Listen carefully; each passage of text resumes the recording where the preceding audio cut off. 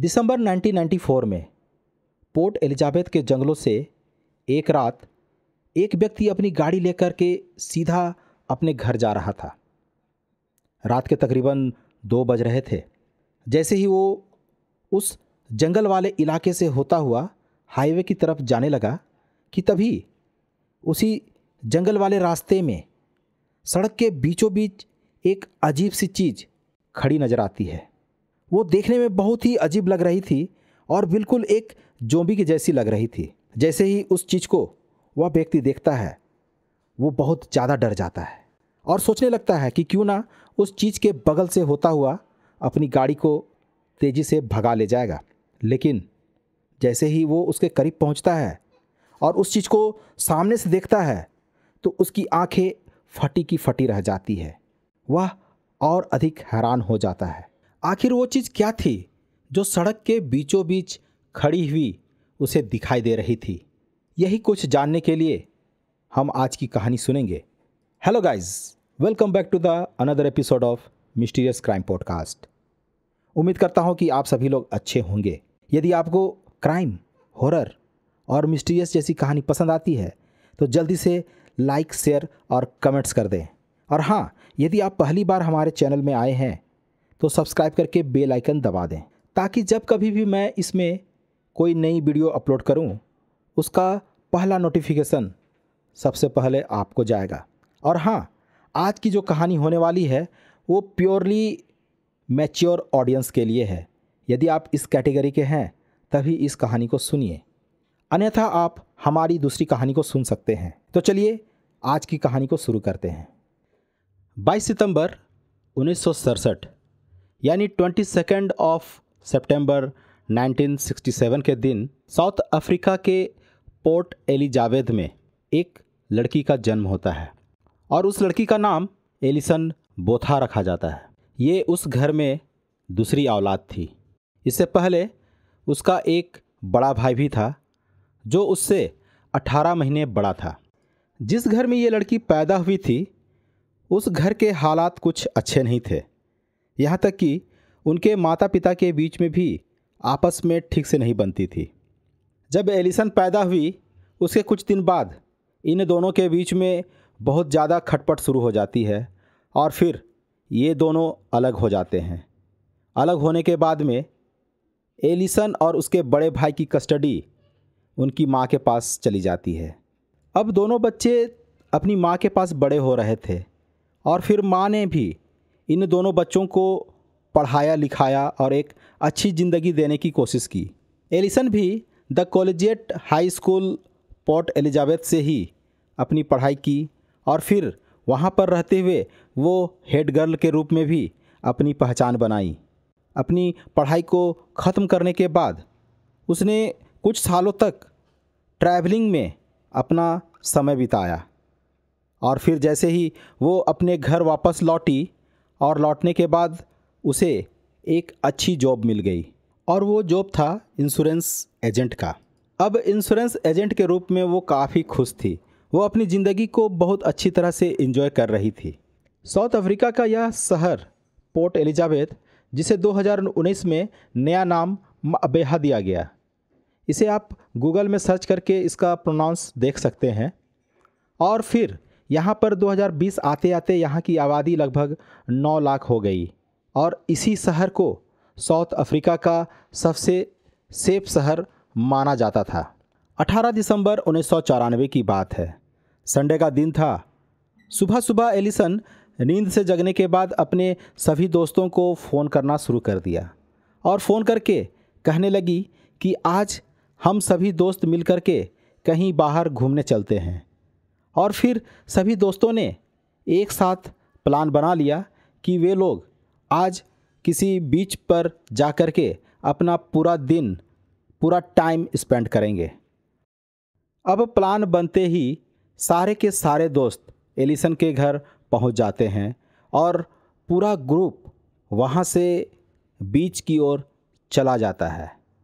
यहाँ पर ये लोग पूरे दिन, पूरी दोपहर उसी बीच में अपना टाइम पास करते हैं और वहाँ बहुत मज़े करते हैं। शाम होते होते इन लोगों ने सोचा कि क्यों ना हम वापस अपने घर को चलें। दिन भी ढलने वाला था और फिर वे लोग वापस आने के लिए गाड़ी में बैठकर एलिसन के अपार्टमेंट में पहुंच चुके थे। यहाँ पहुंचने के बाद भी इन लोगों का पार्टी वाला मूड ख़त्म नहीं हुआ था। ये लोग वहाँ पहुँचने के बाद भी डिसाइड करते हैं कि क्यों ना वे लोग डिनर की व्यवस्था करें और यहाँ पर कुछ गेम्स वगैरह खेल लें। और उन लोगों ने ऐसा ही किया, डिनर की व्यवस्था की और गेम वगैरह खेलने लगे। जब उन लोगों ने डिनर ख़त्म किया तब काफ़ी रात हो चुकी थी, तो एक एक करके सभी दोस्त अपने अपने घर को जाने लगे। इधर एलिसन की एक फ्रेंड जिसका नाम किम था, वो सिर्फ एलिसन के साथ अकेले रह जाती है। कुछ देर बाद वो भी कहती है कि उसे भी घर जाना है और एलिसन से रिक्वेस्ट करती है कि क्या वो उसे उसके घर तक ड्रॉप कर देगी। इस पर एलिसन कहती है कि कोई बात नहीं, चलो। और फिर दोनों सहेलियां अपार्टमेंट से बाहर निकलती है और पार्किंग में लगी गाड़ी में बैठ करके किम के घर की ओर गाड़ी ले जाते हैं। किम को उसके घर पर ड्रॉप करने के बाद एलिसन वापस अपार्टमेंट आती है और फिर उसी पार्किंग लॉट में अपनी गाड़ी खड़ी करती है। फिर वो ड्राइविंग सीट से निकल करके अपनी गाड़ी में रखी हुई धुले हुए लॉन्ड्री को लेने के लिए जाने लगती है कि तभी उसे पीछे से कुछ गर्म सांसों का एहसास होता है। जैसे ही एलिसन पीछे मुड़ती है और देखती है कि यहाँ तो एक अनजान व्यक्ति है, उसे उसने पहले कभी नहीं देखा है और ना ही वहाँ पर कोई सिक्योरिटी गार्ड है।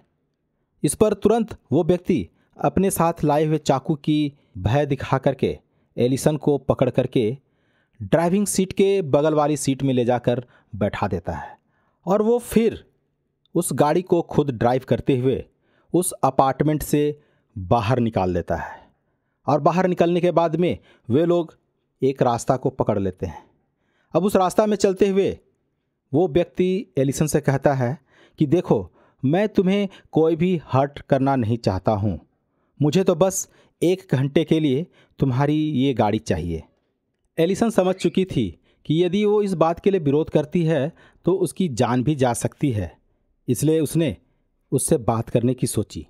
उसने अपना झूठा नाम सुजैन बताया और उनसे वो कहती है कि वो उसे गाड़ी से नीचे उतरने दे दे ताकि वो अपने घर लौट सके, क्योंकि घर पे उसका बॉयफ्रेंड उसका इंतज़ार कर रहा है। इस पर वह व्यक्ति भी अपना परिचय देते हुए कहता है कि उसका नाम क्लिंटन है और वो उसे हर्ट करना नहीं चाहता है, सिर्फ उसे यह गाड़ी इस्तेमाल करने की आवश्यकता आन पड़ी थी, इसलिए वो इस गाड़ी को ले जा रहा है।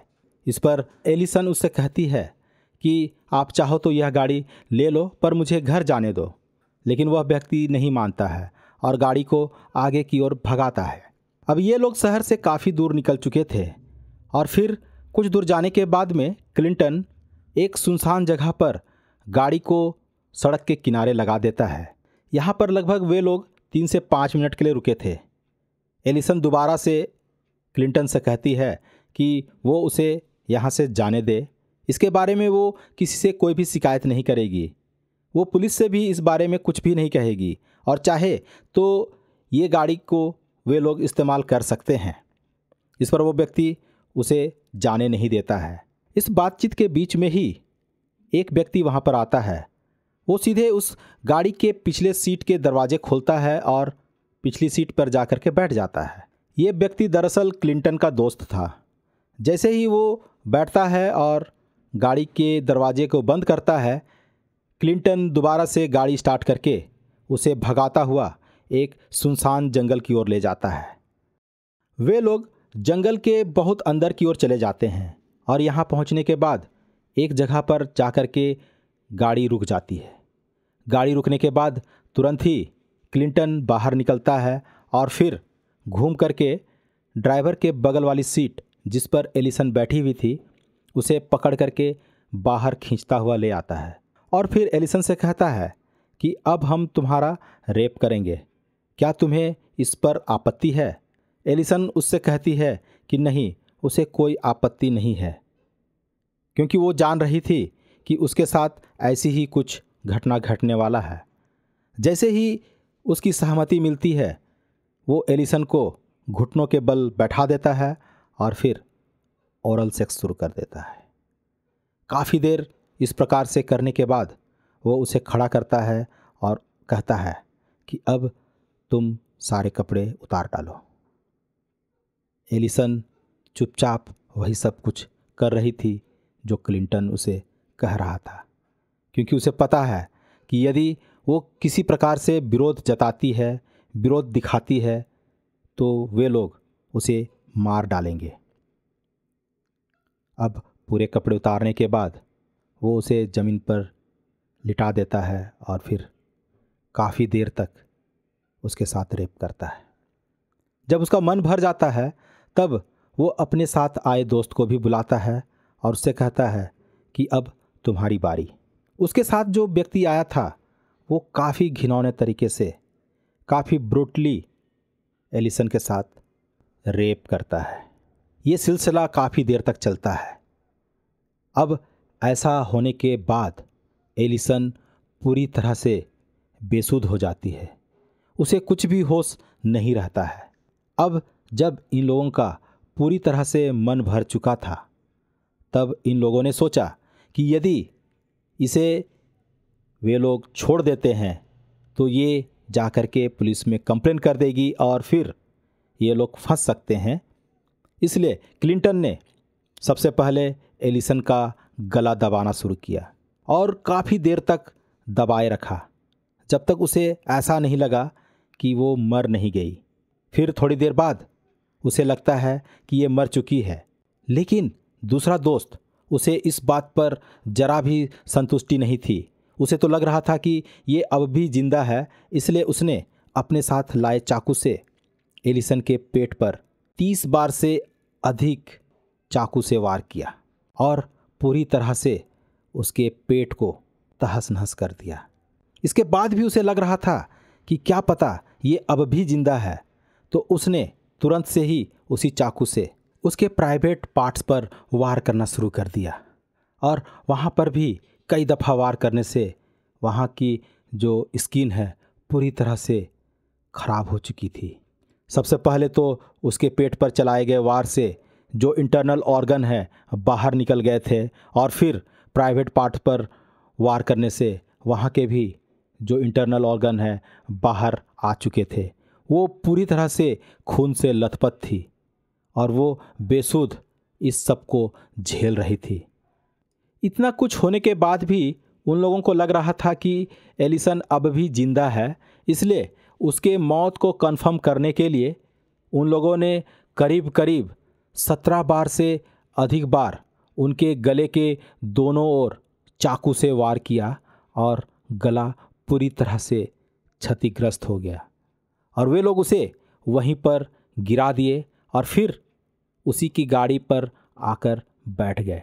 बैठने के बाद उन लोगों ने देखा कि गाड़ी में एलिसन के कपड़े रखे हुए हैं। उन कपड़ों को उठा करके एलिसन की तरफ फेंका और फिर गाड़ी लेकर के वहाँ से चले गए।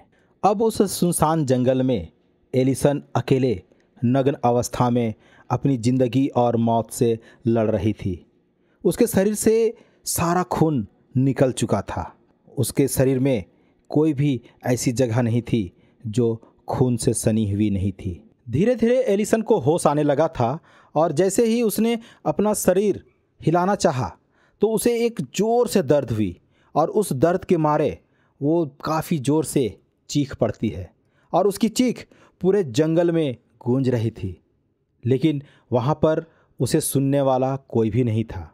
अब वो जानने का प्रयास कर रही थी कि उसके शरीर में क्या क्या जख्म हुए हैं, लेकिन जैसे ही उसने अपने हाथ को पेट की तरफ ले जा कर के फेरना चाहा तो उसे साफ साफ महसूस हो रहा था कि उसके इंटरनल ऑर्गन जैसे छोटी आंत, बड़ी आंत, लीवर वगैरह सारा कुछ बाहर निकला हुआ है और ऐसी हालत में वो और चिंतित हो जाती है। फिर उसने अपने हाथ को पैरों की ओर बढ़ाया तो उसके जो प्राइवेट पार्ट है वो भी पूरी तरह से क्षतिग्रस्त है। इस चीज़ को वो अच्छी तरह महसूस कर रही थी। फिर उसने अपना हाथ सिर की तरफ ले जा कर के गर्दन के पास लगा करके महसूस करना चाहा, लेकिन उसे पता चल गया कि उसका गर्दन पूरी तरह से कटा हुआ है और धड़ और सिर सिर्फ 3 से 4 नसों पर ही जुड़े हुए हैं। और वो अब तक इसलिए भी जिंदा थी क्योंकि जिस वक्त में क्लिंटन ने उसके गले को दबाया था तो जो श्वास लेने वाली नली है वो पूरी तरह से दब गई थी, और दबने के बाद जैसे ही उन लोगों ने उस पर चाकू से वार किया, उसके गले को काटा, तब सांस लेने वाली जो नली है वो खुल जाती है और अब उसका शरीर वहीं से सांस ले पा रहा था, जिसकी वजह से अब तक एलिसन जिंदा थी। एलिसन को अब ऐसा महसूस हो गया था कि इतनी इंजरी के बाद वो अब जिंदा बच नहीं सकती है, इसलिए उसने अपने हाथ को बगल की मिट्टी में ले जाकर के उंगली से कुछ लिखना शुरू किया। बेशक उसने आरोपियों का नाम लिखा।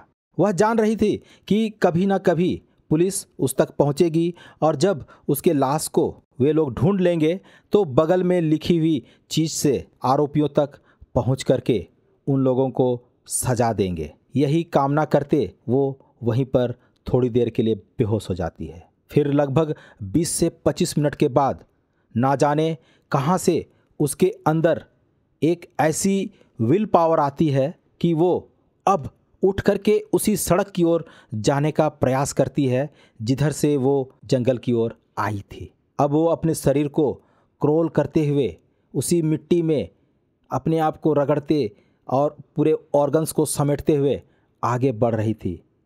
कितना तकलीफ लग रहा था होगा। अब एलिसन क्रोल करके आगे बढ़ती है तो उसके हाथ में उसके सट महसूस होते हैं। वो उसे उठाती है और फिर अपने पेट में जितने भी ऑर्गन्स है उसको अंदर की ओर डालती है और पेट के पूरे भाग को अपने डेनिम शर्ट से बांध लेती है और फिर यहीं पर वो उठने का प्रयास करती है। और जैसे ही वो खड़ी होती है तो उसे पूरा दुनिया उल्टा नज़र आने लगता है। ऑब्वियसली उनका सिर झुका हुआ था, उसका सिर गर्दन में नहीं था और वो फिर से चकरा करके गिर जाती है। फिर दोबारा से उसने कोशिश की और किसी प्रकार अगल बगल के पेड़ के सहारे वो खड़ी होती है और अपने सिर को उन्हीं हाथों से पकड़ करके गर्दन की ओर लगा देती है और पूरे ताकत से, पूरे विल पावर से वो सड़क की ओर जाने लगती है। अभी वो कुछ दूर पहुंचती है कि उसे सड़क से गुजरती हुई गाड़ियों की लाइट नज़र आ रही थी जो उसे काफ़ी धुंधली दिख रही थी। ओबियसली उनके शरीर में कुछ भी खून नहीं था, जिसकी वजह से उसका शरीर काफ़ी कमज़ोर पड़ गया था। अब एलिसन का आखिरी हिम्मत भी जवाब दे रहा था।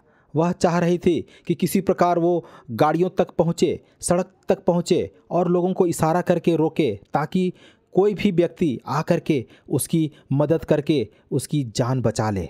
लेकिन ऐसा नहीं हो रहा था। गाड़ियाँ गुजर रही थी लेकिन कोई भी व्यक्ति उधर नहीं देख रहे थे। ऑब्वियसली इसमें गाड़ी चलाने वालों की भी गलती नहीं है।